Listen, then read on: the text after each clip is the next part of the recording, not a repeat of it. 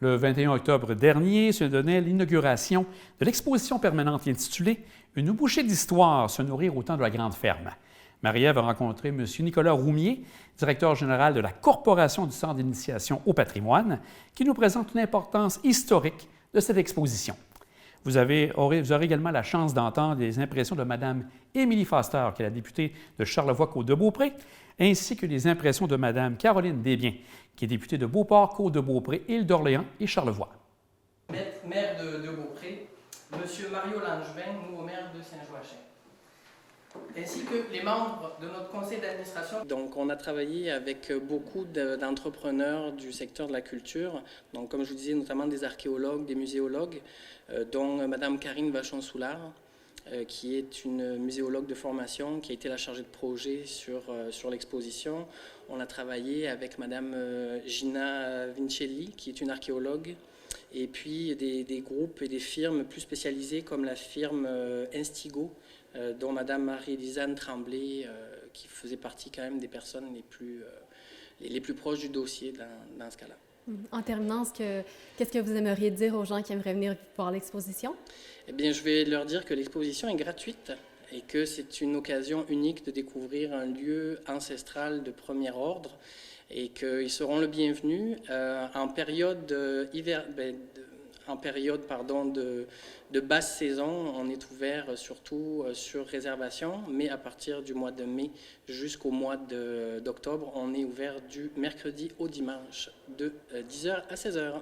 Merci beaucoup, M. Routier. Merci.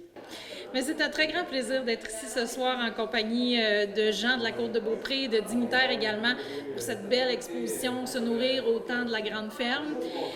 On peut y voir vraiment l'évolution agroalimentaire de la Côte-de-Beaupré. On peut y voir aussi le rôle que jouaient autrefois les terres ici et la grande ferme pour nourrir Québec, parce que c'était le grenier, c'était le garde-manger de Québec. Donc, c'est super intéressant de voir tout ça. L'exposition est très, très bien faite et j'ai le plaisir aussi de pouvoir dire que le ministère de la Culture et des Communications a contribué pour 79 000 $, à la hauteur de 79 000 $ pour cette exposition.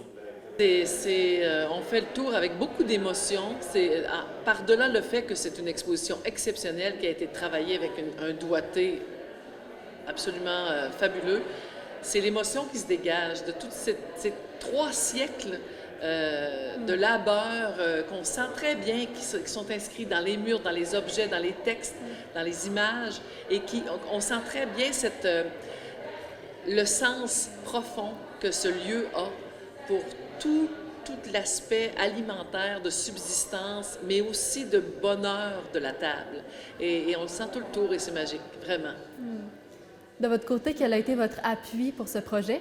Bien, par le biais de Patrimoine Canada, donc l'organisme a fait des démarches auprès de programmes ciblés.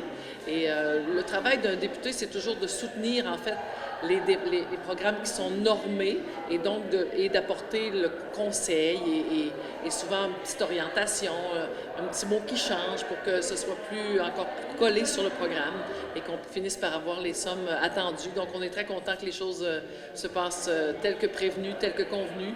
Et aujourd'hui, on peut espérer que le plus de gens possible en profitent. Je vous remercie beaucoup. Je vous en prie. C'est une très belle soirée. Venez en grand nombre, c'est magnifique.